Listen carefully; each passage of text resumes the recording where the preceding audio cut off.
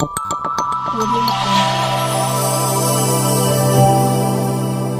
Jungle. अमन के बताने के बाद कार्तिक को भी उस आइलैंड में इंटरेस्ट आने लगा था।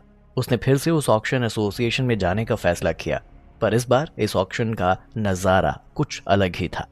आज यहाँ पर काफ़ी बड़े बड़े वीआईपी लोग आए हुए थे, जिनमें से अधिकतर तो कार्तिक को जानते तक नहीं थे।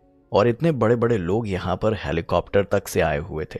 यहाँ पर अभिमन्यु को देखकर एक बार के लिए तो कार्तिक की हंसी छूट गई, क्योंकि उसे कल रात वाला सीन याद आ गया था जब उसने अभिमन्यु को रोने की हालत में पहुंचा दिया था। तभी वहां पर जुनैद और अमन ने कार्तिक को बताया कि यहाँ पर इस बार कंपटीशन कुछ हाई होने वाला है, क्योंकि इस बार यहाँ पर आए हुए छोटे छोटे बिजनेस टाइप लोगों ने भी मिलकर ग्रुप्स बना लिए हैं। वो लोग एक साथ बोली लगाने वाले हैं। साथ ही यहाँ पर आए हुए दूसरे अमीर लोग अपने साथ साथ अपने पूरे परिवार की प्रॉपर्टी का इस्तेमाल तक कर रहे हैं, जिसकी वजह से कार्तिक, अमन और जुनैद थोड़ा परेशान हो गए थे, क्योंकि वो तीनों सिर्फ अपनी खुद की प्रॉपर्टीज का इस्तेमाल कर सकते थे। यही सब देखकर उन लोगों ने कुल मिलाकर 80 बिलियन रुपीस इकट्ठा किए थे, जिन्हें वो इस ऑक्शन में बोली लगाने के लिए इस्तेमाल करने वाले थे। कार्तिक के पूछने पर जुनैद ने बताया कि इस आइलैंड की रीजनेबल वैल्यू शहर के सबसे गोल्ड एरिया के प्रति एकड़ जितनी है। ये बात सुनकर कार्तिक ने बस अपना सिर हिला दिया, क्योंकि वो जानता था कि शहर के सबसे पॉश एरिया की कीमत सबसे ज्यादा हाई है। अगर वो लोग 80 बिलियन रुपीस भी इन्वेस्ट करते हैं तो वो लोग एक स्प्लैश तक नहीं बना पाएंगे।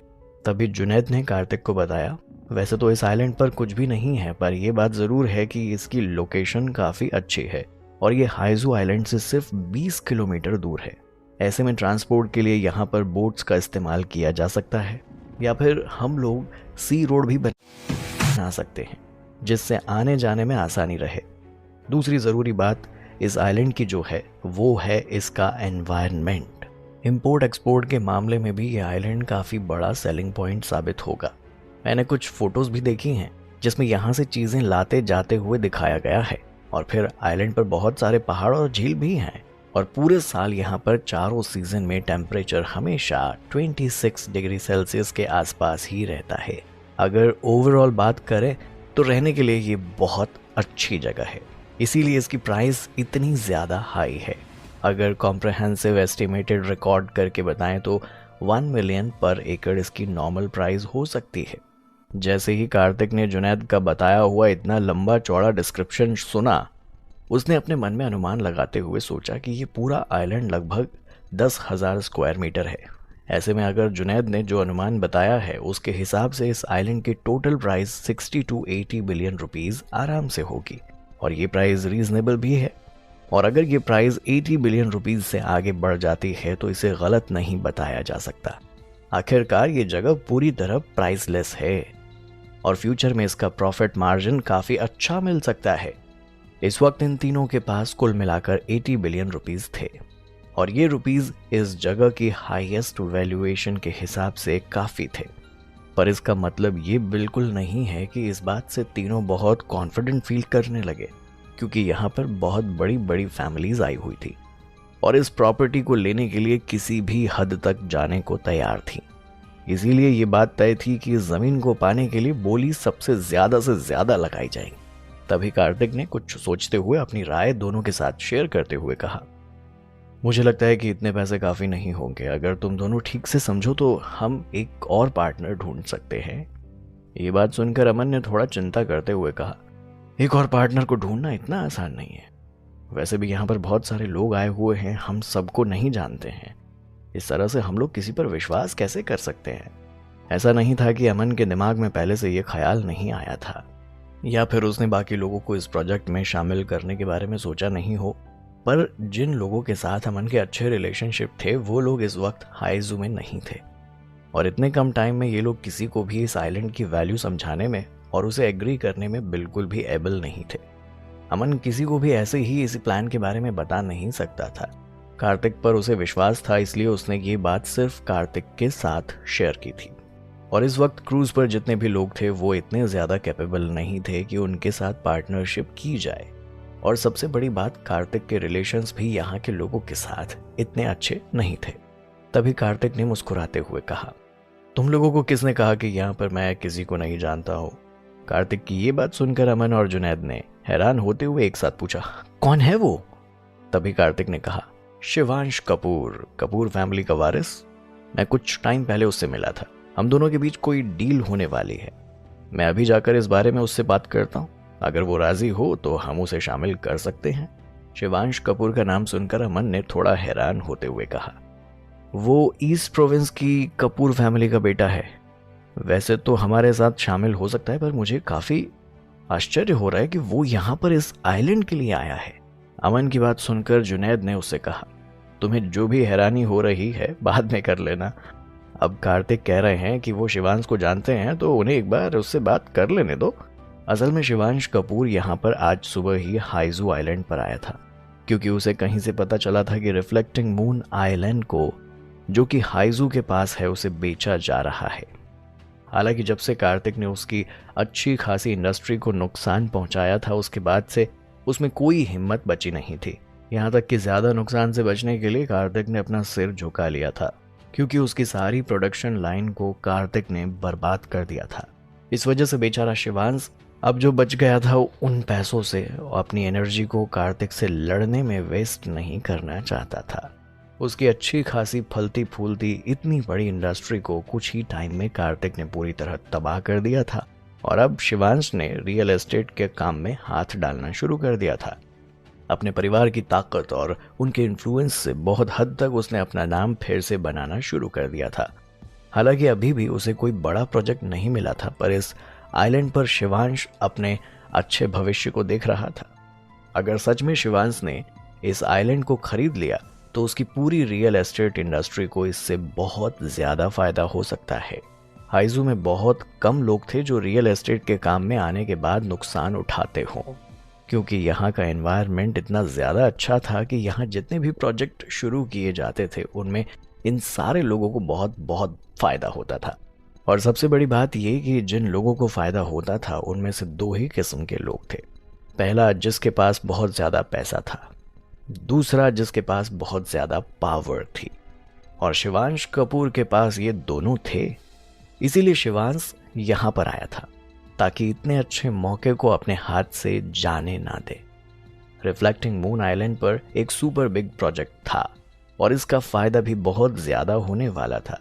इतना कि इससे घर बैठे लोग 100 सालों तक आराम से ऐश की जिंदगी जी सकते थे। हालांकि इस क्रूज पर आने के बाद शिवांश को काफी बड़ी दिक्कत का सामना करना पड़ा था, और वो दिक्कत थी कि इस आइलैंड को खरीदने की दौड़ में बहुत सारे लोग दौड़ रहे थे। वैसे भी शिवांश अकेला नहीं था जिसके पास पैसा और पावर था। यहाँ ऐसे बहुत सारे लोग थे, काफी बड़े बड़े परिवारों से वो थे, और यहाँ पर इस आइलैंड को खरीदने के लिए ही आए हुए थे। शिवांश कपूर यहाँ पर अपने 2 प्लान बनाकर आया था। उसने सोच लिया था कि अगर इस ऑक्शन में बोली उसकी उम्मीदों से ज्यादा ऊपर नहीं गई तो वो पर्सनल एसेट से इस आइलैंड को खरीद लेगा, और अगर बोली उसकी उम्मीदों के ऊपर लग गई तो फिर वो अपने परिवार की मदद लेगा, पर यह ऑप्शन तो वो मजबूरी में ही चूज करेगा। हालांकि कपूर परिवार बहुत बड़ा परिवार था, इसके अंदर बहुत सारे इंटरनल कॉन्फ्लिक्ट्स चल रहे थे। ऐसे में अगर वो अपने परिवार के रिसोर्सेज को इस्तेमाल करके इस आइलैंड को खरीदता है तो फिर वो अकेला इस आइलैंड का मालिक नहीं होगा, उसके साथ उसके परिवार के बाकी लोग भी यहाँ शामिल होने आएंगे। इसीलिए शिवांश अपने कमरे में बैठे बैठे सारी कैलकुलेशन कर रहा था। पावरफुल इंसान और उसके साथ उसका पावरफुल परिवार, ऐसे लोगों का नेटवर्क काफी बड़ा होता है और इन लोगों के पास बहुत सारे बड़े बड़े कनेक्शन भी होते हैं।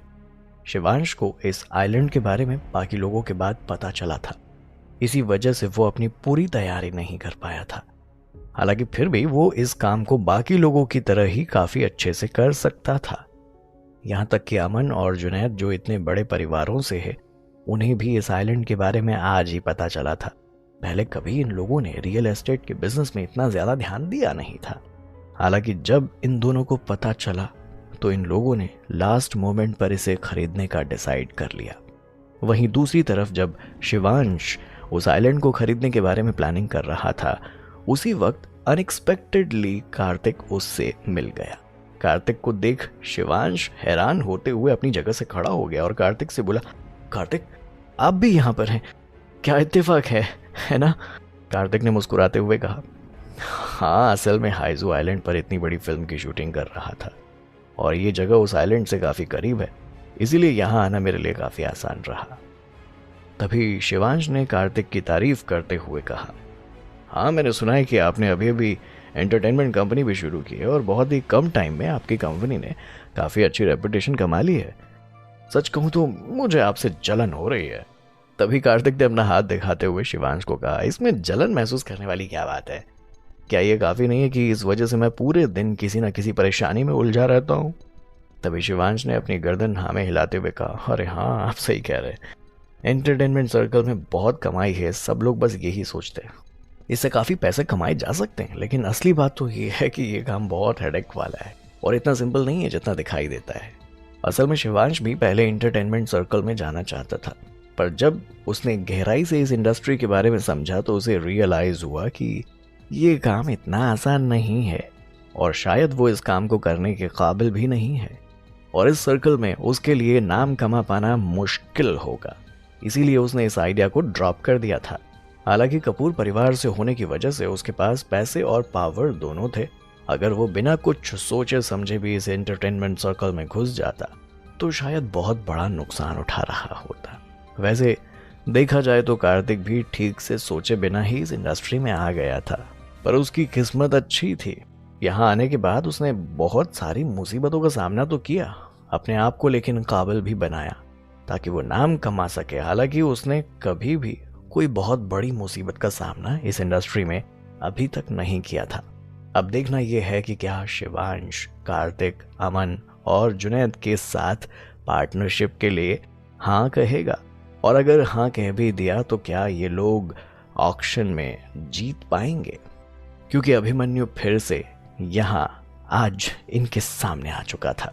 जानने के लिए सुनते रहिए जीरो टू हीरो